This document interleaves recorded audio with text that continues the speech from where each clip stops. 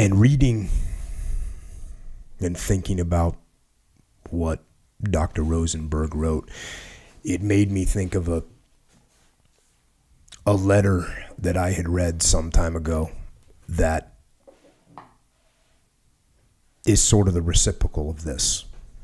Instead of being a child that's lost, this is about a parent that's lost. Now, when parents grow old and we reach old age, part of life is death. But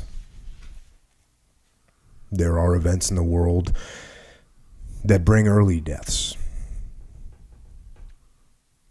And I remembered a letter that I had read, which was written by John Roland McGinley Byrnes, who held the rank of trooper in the 2-7 Cavalry Commando Regiment in the Australian Army. And he wrote this letter about 10 months into the brutal campaign in New Guinea, where the Allies met the determined Japanese imperial troops, who, as we all know, fought ruthlessly and fought to the death. And not only were the Allies fighting against the Japanese soldiers, they also fought against the diseases of the jungle, with nearly 100% of the men suffering malaria and typhus. It was a nightmare. A bloody, fever-stricken, miserable nightmare.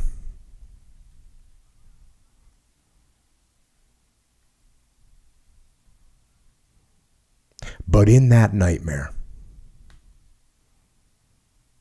facing death, in that darkness,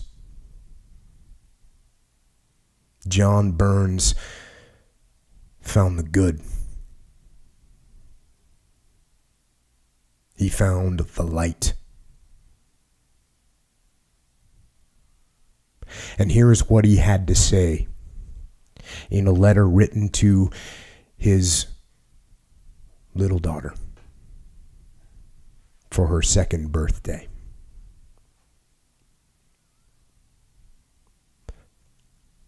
Wednesday, October 21st, 1942. My dear little girl, last night was a beautiful moonlit night. Every star that studded the sky was sparkling like a jewel. The air was crisp, but faintly perfumed with all the fragrances only a lovely spring night can devise. Today, it is raining hard. The wind is fierce and cold. Yes, it is miserable, something you want to pass by quickly, so that the night will again be beautiful. Life, too, Anne, is like the weather. Some days are so lovely, the happenings of those days so enchanting, you can never forget them. Some are so unhappy, you wish they never happened, but alas, they must for your life. Your mother's, mine, everyone's is so mixed up with joy and sadness that you never have one or the other for long. One replaces the other with a speed that is amazing. Thus, it just happened 2 years ago. Your mother knew and I knew that you were going to be born. Those days were anxious ones, Anne. As the days went by, your mother used to smile at me with those lovely brown eyes, eyes that shone with courage and resolve. If she had anxiety in her mind, she never showed it. it must have been there. In my heart and mind, torments rage that no one will ever know. But through all the doubts, all the worries, and all the long, anxious hours, an end came, bringing with it you. From that hour, it was early in the morning, the lives of two people were filled with inexplicable happiness. When I called to see your mother that day, I shall never forget the beauty, the happiness that shone up at me from her precious little face. Neither will I forget the pride and the joy that surged right through me when the nurse brought you along and I held you in my arms. Soon we took you home.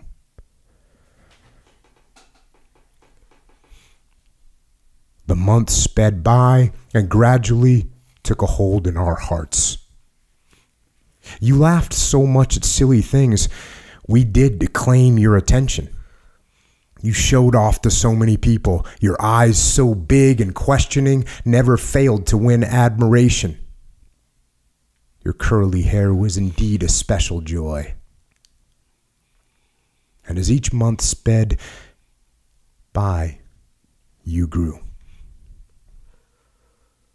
First you sat up, then stood up, then crawled, then walked. As each stage passed, funny little incidents occurred. Perhaps no one ever noticed them or remembered them, but your mother and I did. Every night when I came home from work, there were stories of your conduct through the day to be told. Some days you were good, and others you were naughty. Like, for instance, the day when a little mischievous spirit seized you and strips of wallpaper came from the wall. Other thoughts came crowding into my mind, memories of days gone by when we laughed at you, scolded you, and some serious times when we worried over you. The first year of your life passed quickly. Quickly, perhaps, but you grew so quickly every day was an adventure, not only for yourself, but for us. You had a party for your first birthday, and although you sat up like Jackie, you probably will never remember it. But that day, you got Guga for a present. Poor Guga. As each week passed, he got dirtier and more worn. And the dirtier he got, the more you loved him. Then at Christmas, Teddy came along. Dear old Teddy, so plump and with a frizzy coat. In a few months, he was still plump, but his hair was not so frizzy. Then you'd go to sleep. Then you'd never go to sleep unless Teddy and Guga were tucked in with you. You'll never know how angelic, how like a cherub you looked when after your bath you were popped into bed with your little playmates. Indeed, God is good.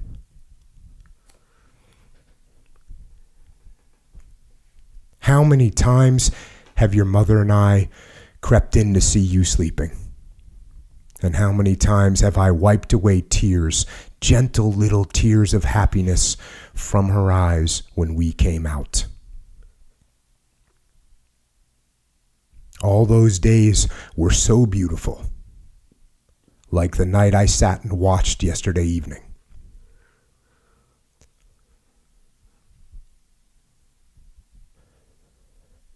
But soon came the rain. Your lovely country, so free and proud, was fighting for its life. Those indeed were dark days.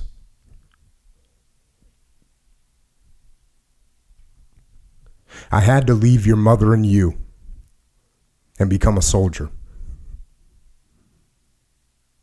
Thousands of other daddies went too, because we had to fight so that all the mothers and little boys and girls could live happily. That was many months ago. I do not know how long it will be before we will be home again. But rain, my little darling, does not last forever. Through the blackest clouds, a little piece of blue appears. The wind blows, and soon the clouds go. So too will peace come, and then we can all be happy again. Because I'm a soldier now, Anne, I cannot attend your birthday this year. You are going to have a party, and I won't be there. But while the party is on, I'll be thinking of you and your mother. Thinking of the day you came along, and of the days that have gone by since. You are lovely now, like your mother.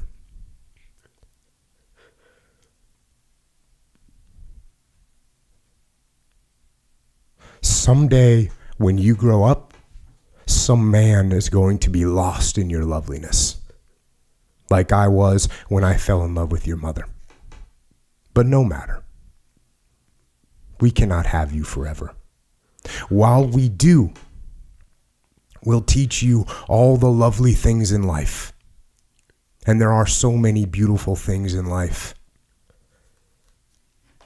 There are too bad things. And these also we will tell you about, so that you'll know how to pass them by.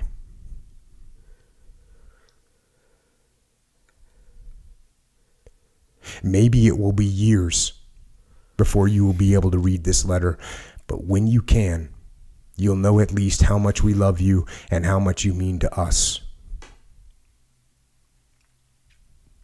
I am looking forward to seeing you soon, and to seeing those big brown eyes of yours laugh back at me. Until then, my little girl,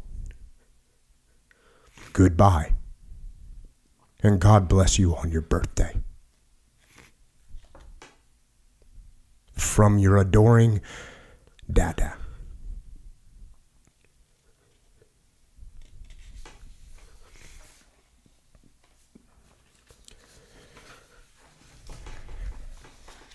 And Dada, soldier, trooper, father, John Byrnes died in New Guinea on the 9th of February, 1943. A few months after that letter was written.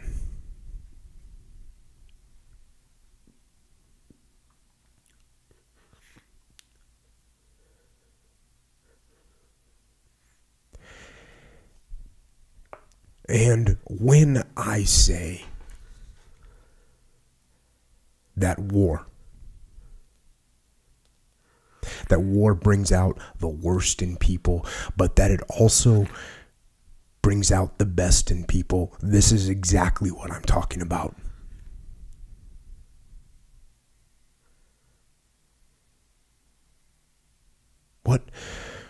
What force moved the hand of John Byrnes?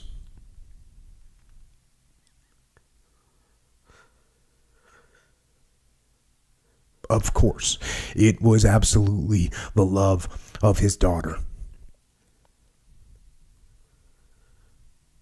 But was that expression only revealed in so pure of a form because of the evil that he faced, the peril that he faced, the horror that he faced?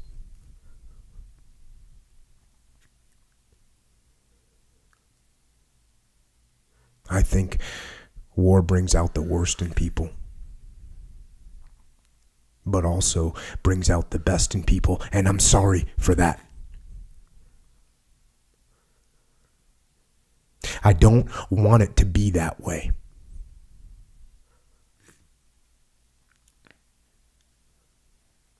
so I would ask you, and I ask myself, can we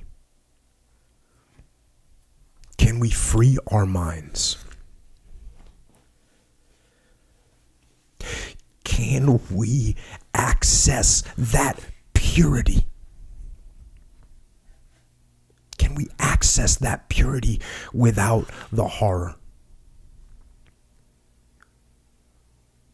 Without the imminent fear of death? Without evil? Can we access and can we recognize that purity without war?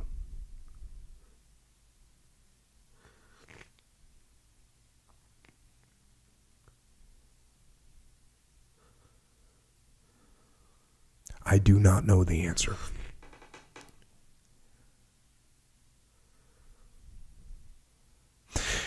But I hope. I hope that by looking at the horror,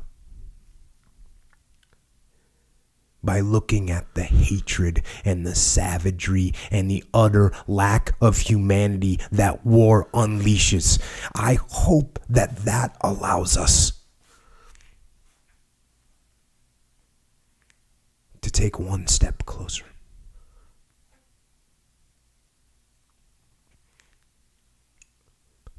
One step closer to the purity and the beauty and the love.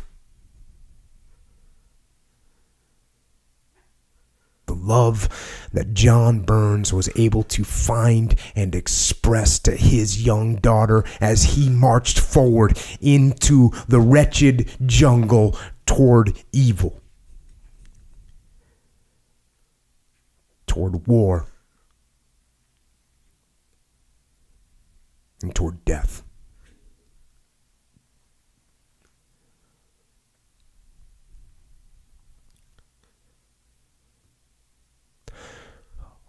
Let us hope. Let us remember.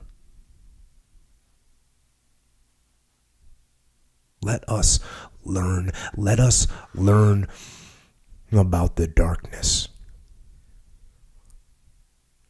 so that our mind can see with the greatest of contrast the light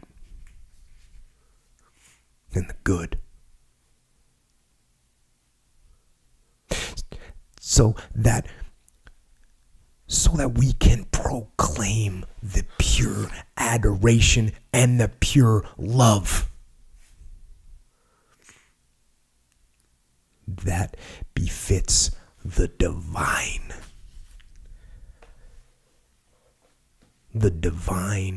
and beautiful and real living angels.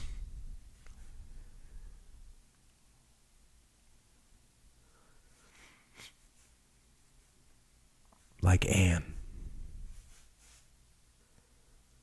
that surround us every day.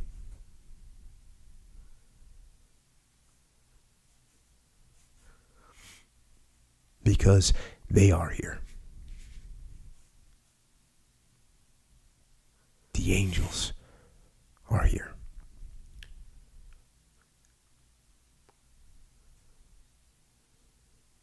With us.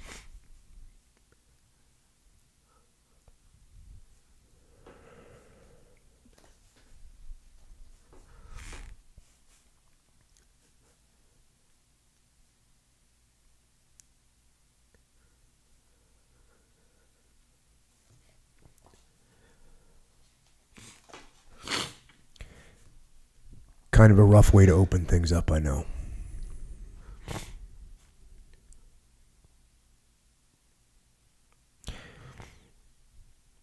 And that's one letter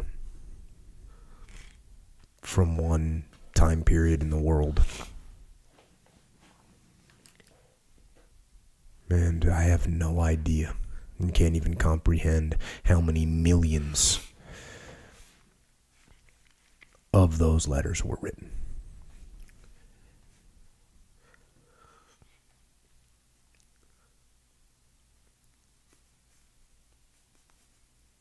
And I would say, if you're not facing death and you're not facing horror, still write that letter.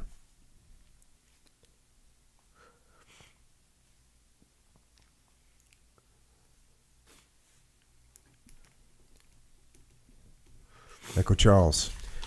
Yeah.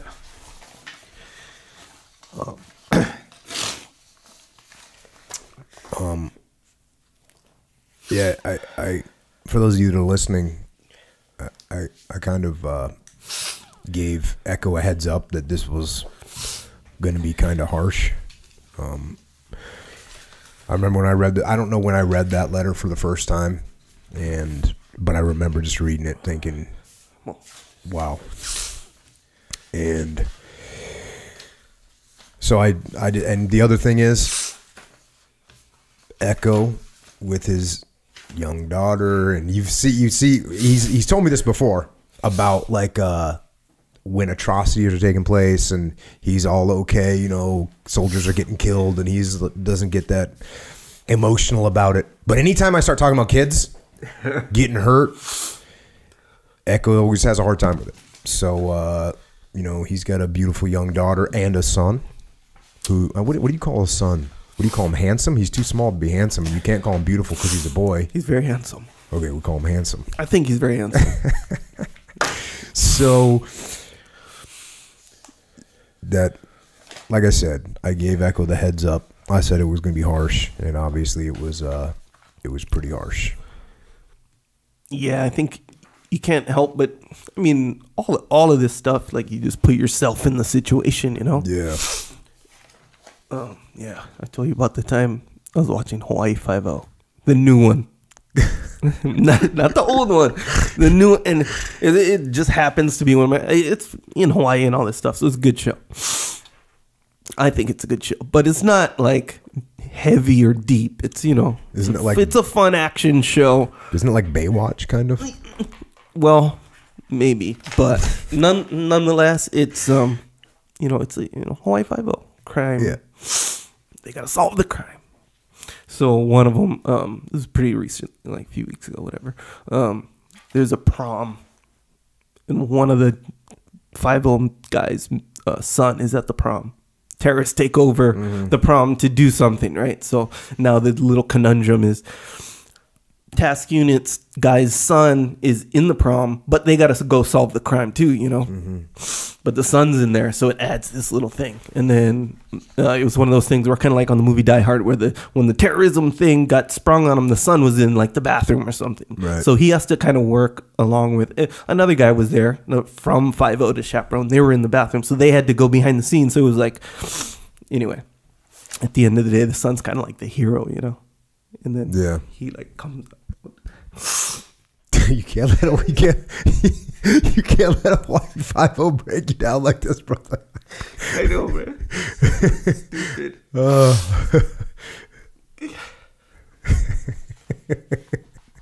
I'm not laughing at you. I'm laughing with you. It's not Hawaii 5-0. It's this. I know, man. This is harsh. It's brutal. And you know, just so, you know, kind of the pre-recording conversation that we had is, what I was saying to you is, hey man, I'm going to, like, a lot of times on the podcast, I kind of have time to prepare for it. So I can answer the questions because I can think about them and all this.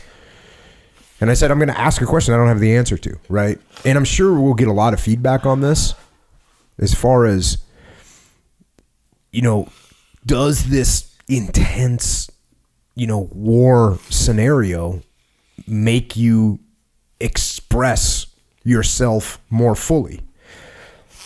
And basically I asked Echo before we started recording, you know, we were having that conversation, and I said, if you were going to come here, if I was going to kill you right now, what would you say to your daughter? What would you, if I gave you the phone and said you can talk to her one more time, what would you say? Have you said that to her today? Have you said it to her this week?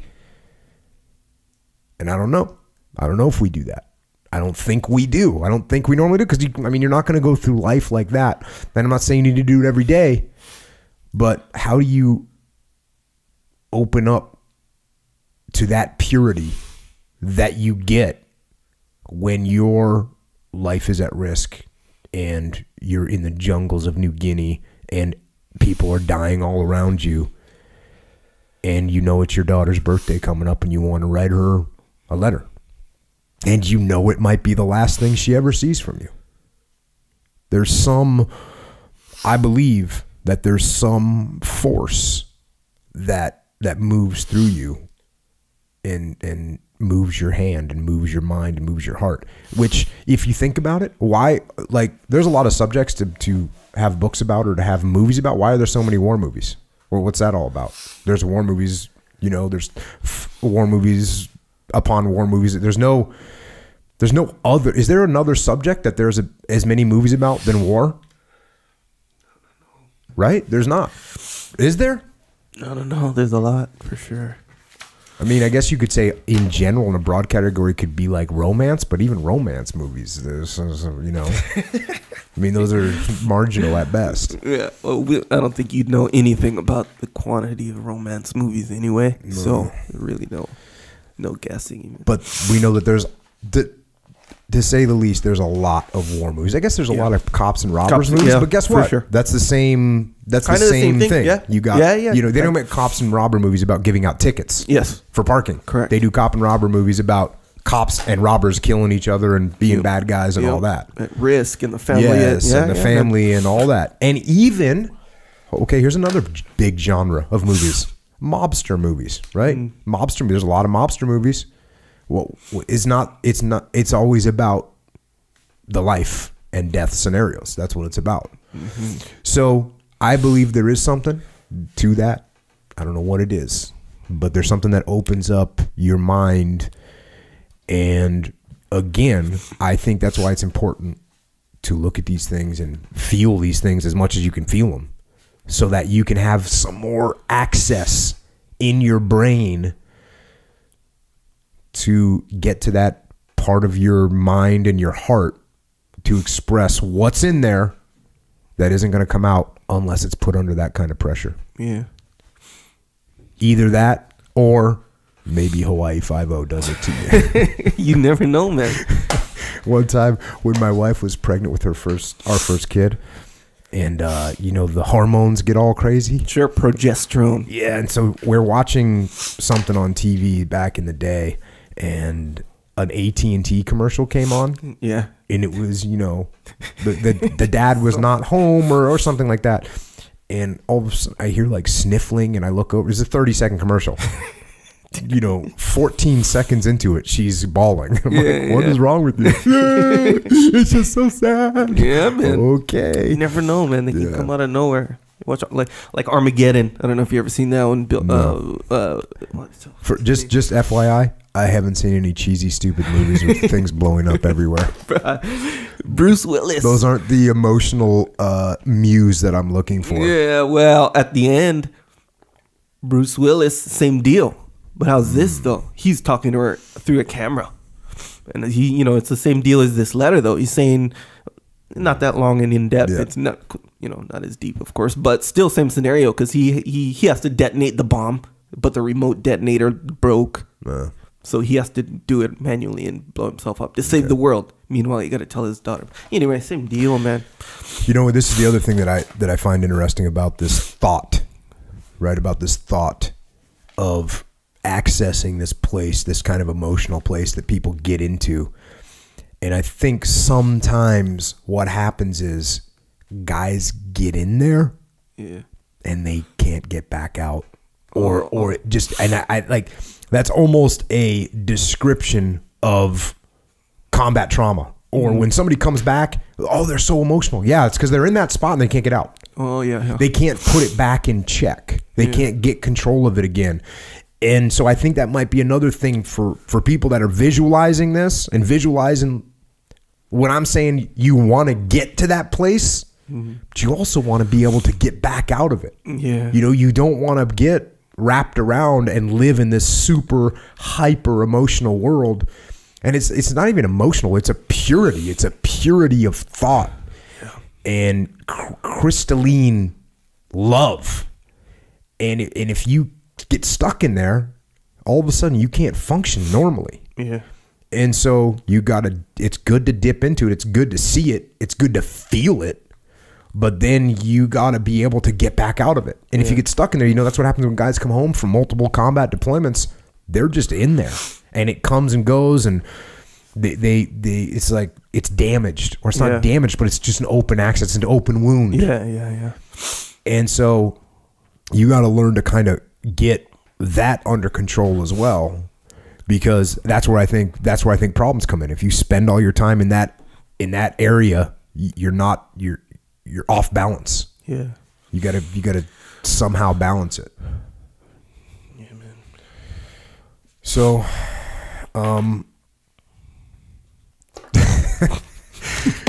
and this is the funny thing, just because we're here, right? I'm gonna talk about it. This, like, what you're going through right now, like kind of a mood swing scenario. What I was going through. What you were going through. When I remember, like, when Alton Lee Grizzard died, right? He was the guy who was in my platoon, and I talked about it when we were on the Tim Ferriss podcast, when Tim Ferriss came on our podcast. Yeah. And I talked about Grizz was his nickname. He was killed in a murder-suicide. It was horrible. But that was the first time, like, we'd be with my teammates, and we'd be all, like, super emotional and sad, and then we'd be laughing 30 seconds later. Yeah. And then crying again another 30 seconds later, and then laughing a minute later. Yeah. And we'd be laughing at each other for crying. Yeah. And then and then crying because we were laughing. It's just it's normal. I believe it's normal, because I saw that with every death that I've experienced in the SEAL teams. You know, guys, it's not like you have to be sad now and you have to be sad for 14 days or 9 days. There's no, it's not like that. You know how long you have to be sad for? Until you feel just like John Byrne talked about in his thing, the sadness and the happiness comes so quickly. Yeah. And that's what happens when you go through rough patches, or when bad things happen.